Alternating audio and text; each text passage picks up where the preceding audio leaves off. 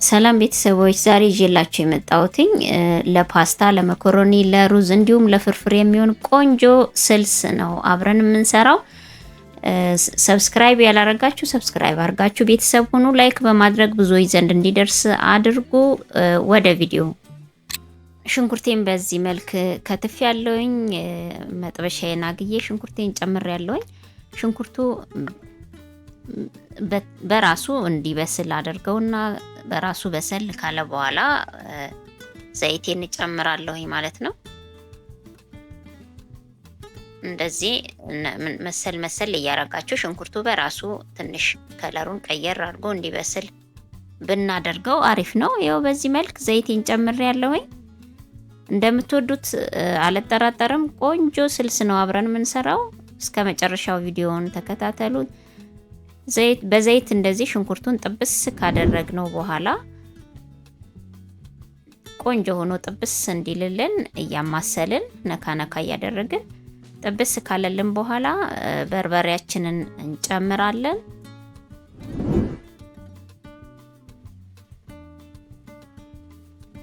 አንድ የሾርባ ማንኪያ በርበሬ ነው የጨመርኩትኝ። እንደ ፍላጎታችሁ ነው።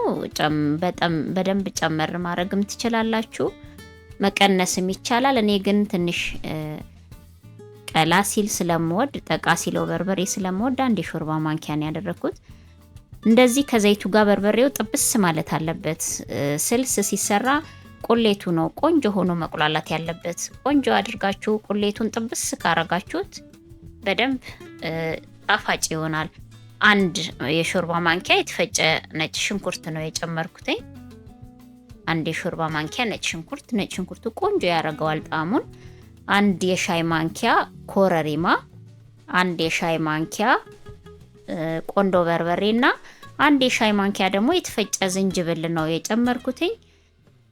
ጣዕሙ ቆንጆ እንዲሆን ያደርግልናል። ስልሳችን በጣም ቆንጆ ሆኖ ፓስታ ላይም ስናደርገው በተለያዩ ነገሮች ስንጠቀመው ጣፋጭ እንዲሆን ያደርግልናል። ጨው ለጣዕም ያክል ጨምር ያለሁኝ እንደየፍላጎቱ እንደየሰው ፍላጎት።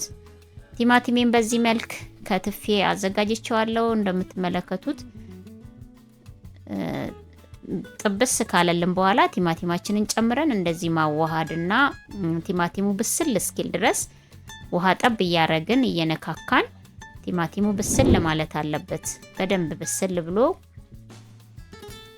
ውሃ ጠብ እያረጋችሁ እንደዚህ ቁሌታችሁን ቆንጆ አርጋችሁ ካቁላላችሁት ጣዕሙ በጣም ቆንጆ ነው የሚሆነው። ሰርታችሁ ሞክሩት፣ በጣም ነው የሚጣፍጠው። በዚህ መልክ እንደዚህ ትክትክ እንዲልልን እንዳይዝብን እየነካካን ቆንጆ ስልስ እንሰራለን በዚህ መልክ ማለት ነው። ይሄው እንደምትመለከቱት ደርሶልኛል። ቆንጆ ሆኖ በጣም አሪፍ ሆኖ ነው የደረሰው። ሞክሩት። ቀጣይ ቪዲዮ እስክንገናኝ ቻው።